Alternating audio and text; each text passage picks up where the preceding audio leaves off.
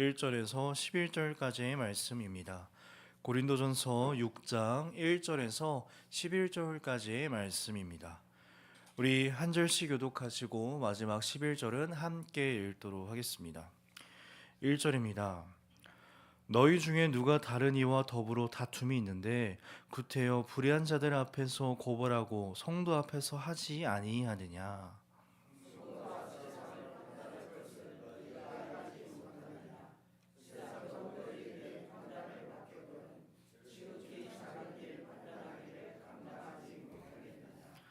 우리가 천사를 판단할 것을 너희가 알지 못하느냐. 그러하거든 하물며 세상 일이라.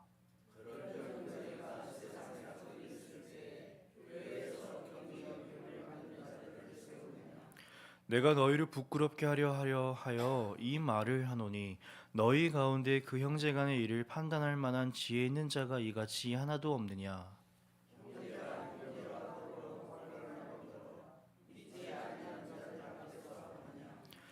너희가 피차 고발함으로 너희 가운데 이미 뚜렷한 허물이 있나니 차라리 불의를 당하는 것이 낫지 아니하며 차라리 속는 것이 낫지 아니하냐.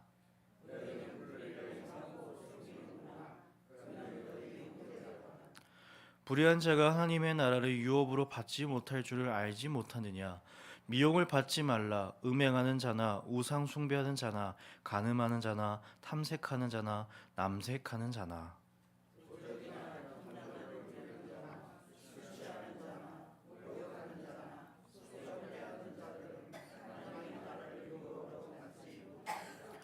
너희 중에 이와 같은 자들이 있더니 주 예수 그리스도의 이름과 우리 하나님의 성령 안에서 씻음과 거룩함과 의롭다 하심을 받았느니라. 아멘. 오늘도 같은 말씀으로 살아가는 우리 성도님들의 삶을 축복합니다. 우리는 살아가면서요, 억울한 일을 참 싫어합니다. 그리고 지는 것도 너무 싫어합니다. 손해보는 것 싫어하고 또 내가 틀리지 않았다는 것을 증명하고 싶어 하죠.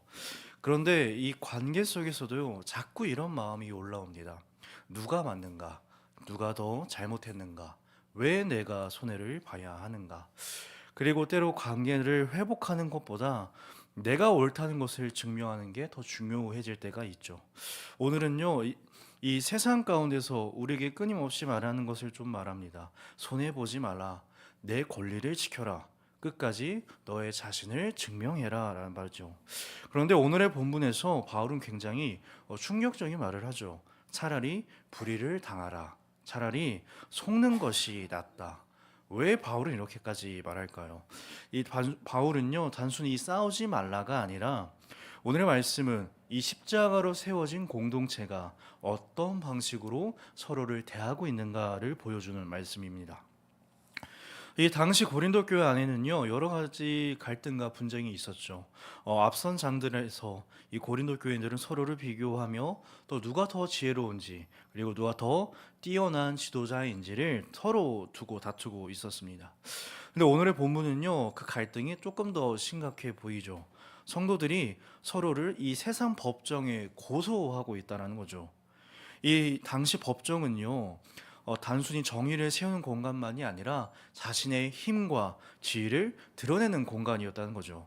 그래서 이 지금의 문제는요, 단순히 싸웠다라는 정도가 아니라 이 교회 안의 갈등을 하나님 나라 공동체 방식이 아니라 세상의 방식으로 해결하고 있다라는 것이죠.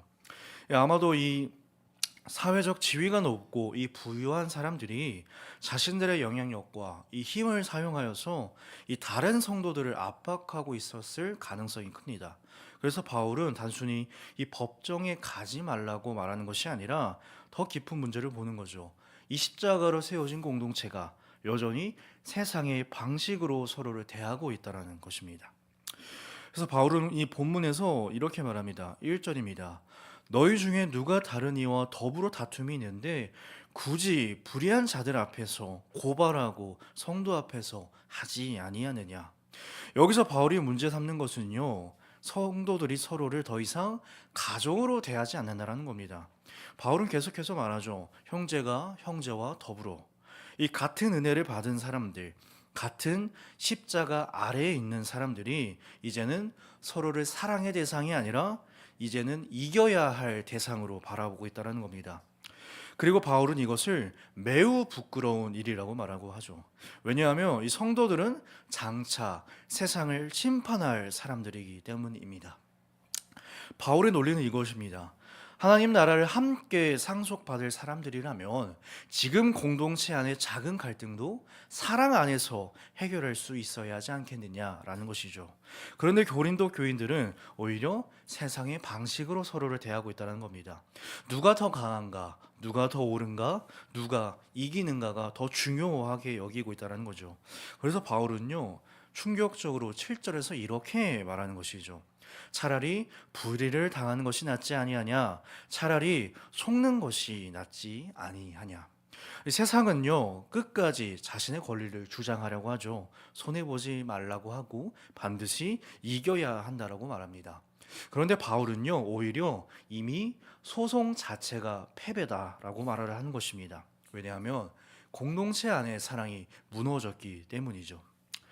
십자가는요, 끝까지 자신의 권리를 붙드는 길이 아니라 다른 일을 위해서 자신을 내어주는 길이었습니다. 그런데 고린도 교인들은 지금 서로에게 해를 끼치고 속이고 상처를 주고 있다는 것이죠. 그리고 더 충격적이었던 것은 그 대상들이 누구냐? 바로 형제들, 십자가 안에 새로워졌던 공동체들이었다는 겁니다.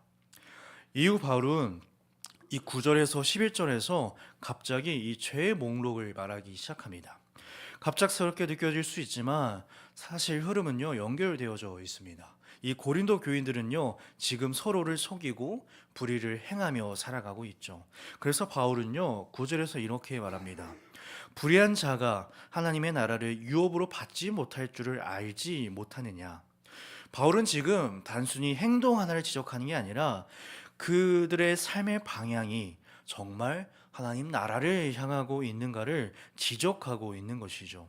특별히 바울은 말합니다. 속지 말라고 말이죠. 왜냐하면 이 사람은 죄를 가볍게 여기기 너무나 쉽습니다. 계속해서 죄 가운데 살아가면서도 괜찮다고 스스로를 속일 수 있기 때문이죠.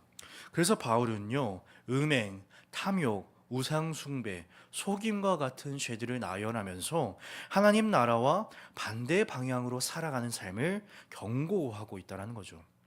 그러나 바울은 정죄로 끝나지 않습니다. 11절입니다. 너희 중에 이와 같은 자들이 있더니, 바울은요, 고린도 교인들에게 그들의 과거를 상기시키고 있습니다. 너희도 원래 그런 사람들이었다는 거죠. 그러나 이제는 다르죠. 씻음을 받았고 거룩하게 되었고 의롭다 하심을 받았기 때문입니다. 예수 그리스도의 십자가를 통해서 그들의 존재와 신분이 새로워졌다는 거죠.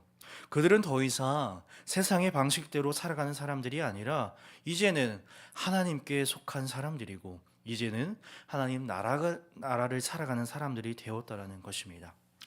그래서 바울은요, 단순히 윤리가 아니라 착하게 살아라가 아니라 오히려 너희는 이제 누구인지 잊지 말고 너희는 이미 십자가로 새로워진 공동체라는 것을, 사람들이라는 것을 잊지 말라고 말하는 것입니다. 이 갈라디아서 6장 1절 세 번역의 말씀입니다.